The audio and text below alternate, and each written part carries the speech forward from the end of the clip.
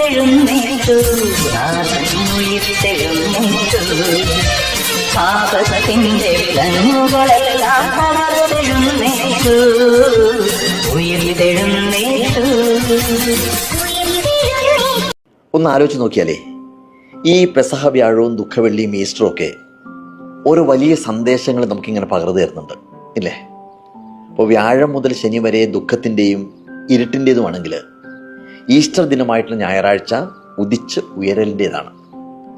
ഒപ്പം ഇരുന്ന് അത്താഴം കഴിക്കുന്നവർ പോലും ഇത്തിരി വെള്ളിക്കാശുകൾ കിട്ടിക്കഴിഞ്ഞാൽ ഒറ്റിക്കൊടുത്തേക്കാമെന്നും, അതുവരെ ഒപ്പം നടന്നിരുന്നവർ തന്നെ ഒരവസരം കിട്ടിക്കഴിഞ്ഞാൽ പലവട്ടം തള്ളിപ്പറഞ്ഞേക്കാമെന്നും, എത്രമാത്രം സത്യസന്ധമായിട്ട് ജീവിച്ചു കഴിഞ്ഞാലും ആൾക്കൂട്ടം കാര്യമൊന്നും അറിയാതെ അയാളെ ക്രൂശിക്കുക എന്ന് ആക്രോശിച്ചേക്കാമെന്നും അറിഞ്ഞിരിക്കാനുള്ള അവസരമാണ് ശനി വരെയുള്ള പാഠം.